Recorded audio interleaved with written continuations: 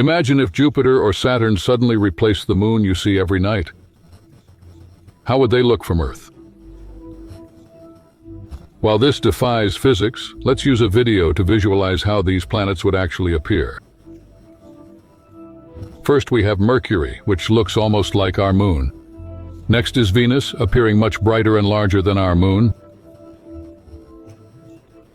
Then comes Mars, which looks fairly normal and unremarkable. Now brace yourselves for Jupiter. If it were as close as our moon, it would look something like this, massive and dominating the sky. If Jupiter were really this close, Earth would orbit it instead of the other way around. Next up are Uranus and Neptune, which would also appear enormous in our sky. Folks, fasten your seatbelts because Saturn is coming up next. Literally, if Saturn replaced our moon, no one would dare leave their homes. And instead of Saturn's 82 moons, there'd be 83, as Earth would become Saturn's moon, orbiting the giant planet.